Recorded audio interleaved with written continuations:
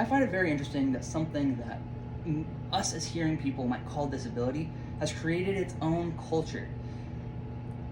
Hi, my name is Jared Wiggins, and today I'm going to be comparing American deaf culture to American hearing culture. Today we're going to talk about some of the similarities, differences, and some theories that we've learned in class that connect to those differences and similarities. But first, let's talk about the similarities. First off, deaf Americans and hearing Americans celebrate the same American holidays, such as 4th of July, President's Day, and many others. The second is religion. There are no separate deaf religions. They participate in mainstream religions with hearing people. And then protests. America was built on protests, and there are many protests in the deaf community that have shaped who they are today.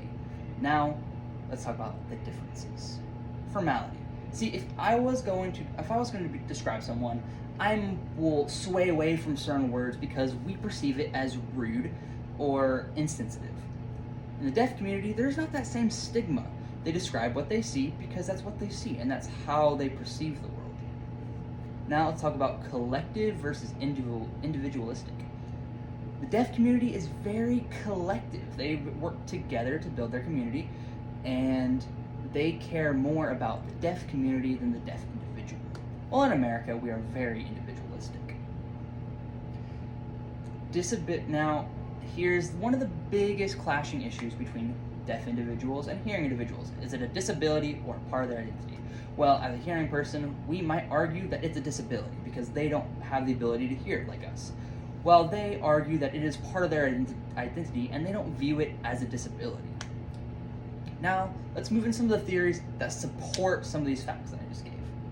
The first one we're talking about is Sapir-Whorf, a theory that says our perspective is based on our language. Well, in 2005, Cindy Calton did an experiment called Using Space to Describe Space, ASL as Sapir-Whorf. And she says that ASL and how it describes space in its own unique way. I am paraphrasing. Through this, we can see that they describe space in their own way, which is exactly what Sapir-Whorf is. They see the world differently because of their language.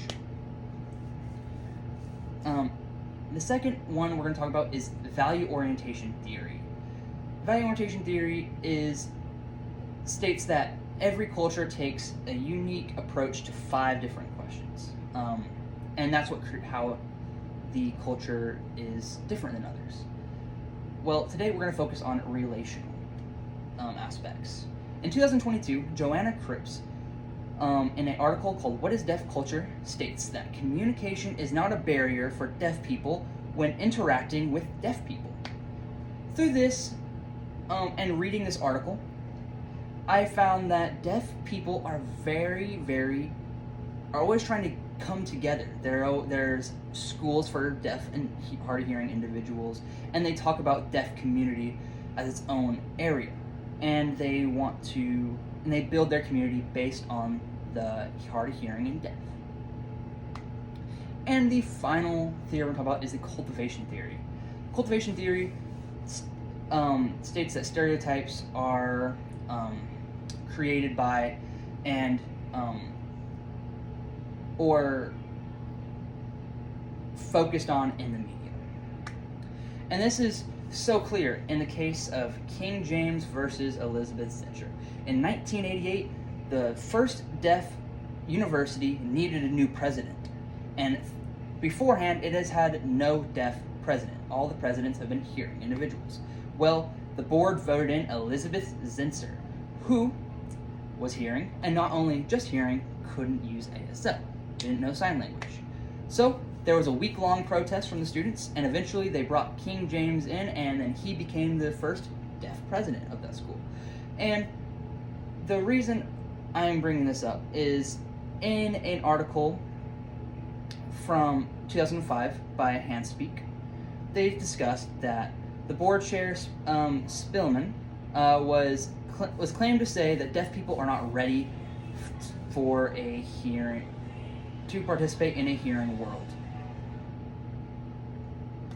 through this, that idea was cultivated in the media, and that was a barrier that deaf people had to overcome, and through protests were able to bring King James in as their president. And he was president, I believe, until 2006, and was a very successful president.